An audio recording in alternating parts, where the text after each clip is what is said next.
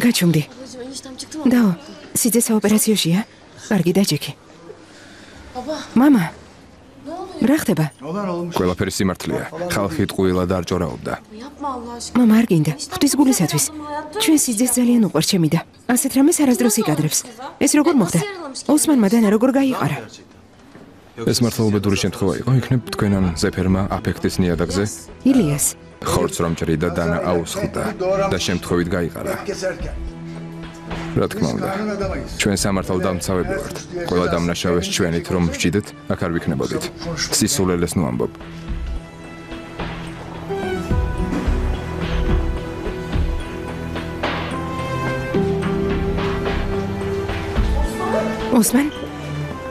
ოსმან. მადლობა, ღმერთს ცოცხალი ხარ. ილიას. შეუძლებელია რომ ჩემს სიძესა და აიჩას შორის რამე ყოფილიყო. თანაც როგორ იყო? ნუ ხარ ასეთი მიამიტიასი. აიჩასგან ყველაფერია მოსალოდნელი. შენ სიძეს კი? კარგად ვიცნობ, მაგრამ გძნობ რომ არც ის იქნება დიდად სანდო. თუმცა არც იმის სურვილი მაქვს რომ შევიდე და გამოჯანმრთელება ვუსურვო. ეს ხალხიც რაღაცებს ხლართავს. აშკარაა რომ ვიღაცამ დაჭრა. მოდი აქედან წავიდეთ. ნუ რაფერში ჩავერევით. ილიას, როგორ შეგიძლია ესი ფიქრო? ეს ხალხიცო რომ გაიძახი. სხვათა შორის ჩემი ოჯახია. და შენივით ყველაფრის გაურკვევლად მაშინვე დასკვნა გამოგაქვს. კარგი, ხმას აღარ ამოვიღებ. აჯობებს აქ დარჩე და შენს ოჯახს უთანაგრძნო. ილიას, ეს ახლა შენი ოჯახიც არის. თანაც თქვენსავით ერთმანეთს ზურგს ვერ შევაგზავნებთ. რა იყო? ტყუილია? ნერმინის წერილიც კი არ წაგიკითხავს. აიჩე წამში გარიყეთ ოჯახიდან. იქნებ ცდებით, მერე? საკმარისია შეცდომა და უშა. და მამა შენი მაშინვე გეჩხუბება. იმ წამსვე ზურგს გაქცევს. ხო, ასეთები ხართ. მაგრამ ჩვენ ასე ვერ მოვიქცევით. ხოჭახ, ბრავო. რაც არიცი იმაზე არ უნდა ილაპარაკო. და კიდევ, ნერმინის თემას აღარასდროს შეეხო.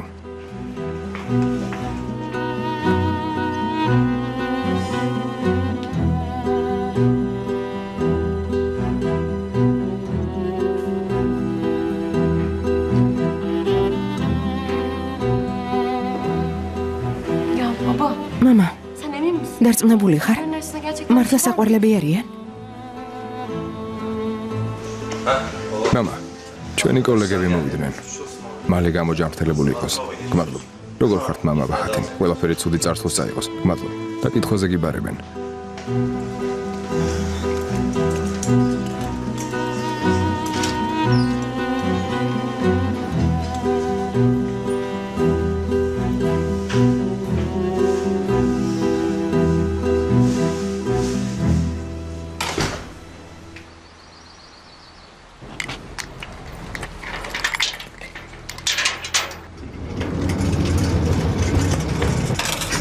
ჩვენის თანასულელი ადამიანი ცხოვრებაში არ მინახავს.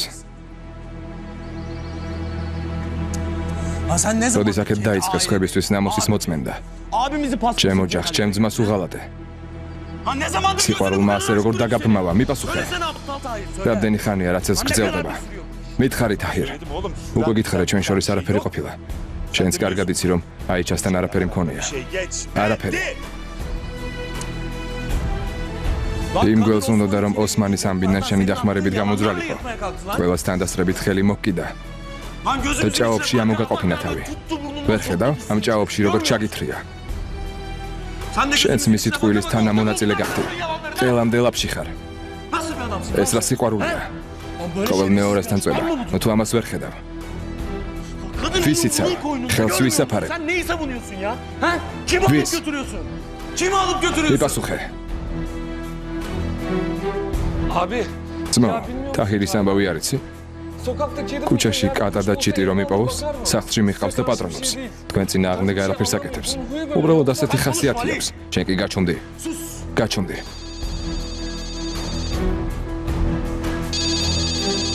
გამარჯვე.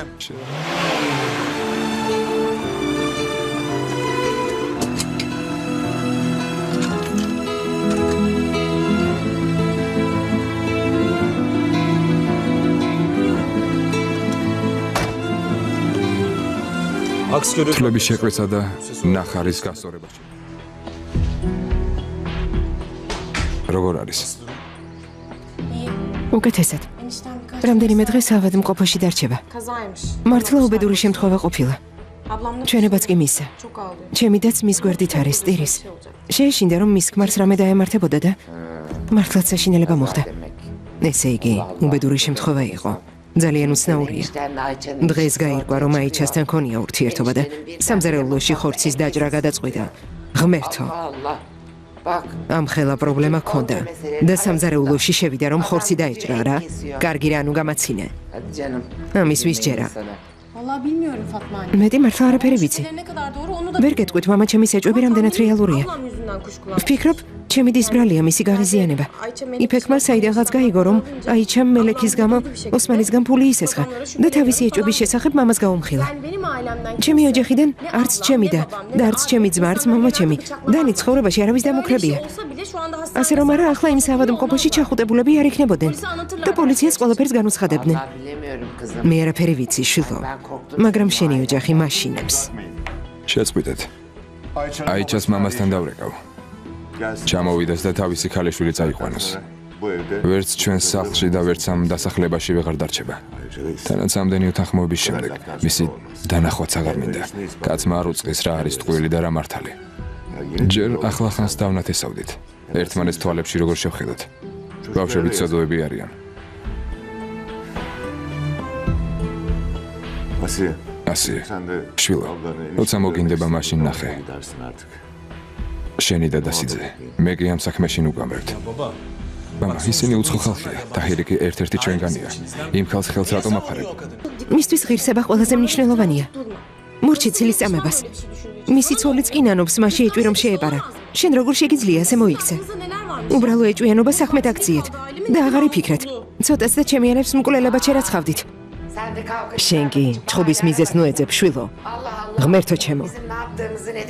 ჩვენც არ ვიცით როგორ მოვიქცე და რა გავაკეთოთ. მამა შენი ღამის 3 საათზე მოვიდა. შოკში ჩაგვაგდო და წავიდა. თითქოს ეს ყველაფერი ჩვენ მოვიგონეთ.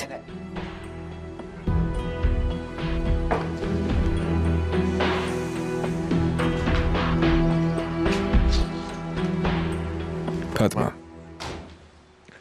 შობს დაფიქრდე რას ამბობ. შენ გამო ჩვენი ბიჭი ორ ცეცხლს შუატრიალებს.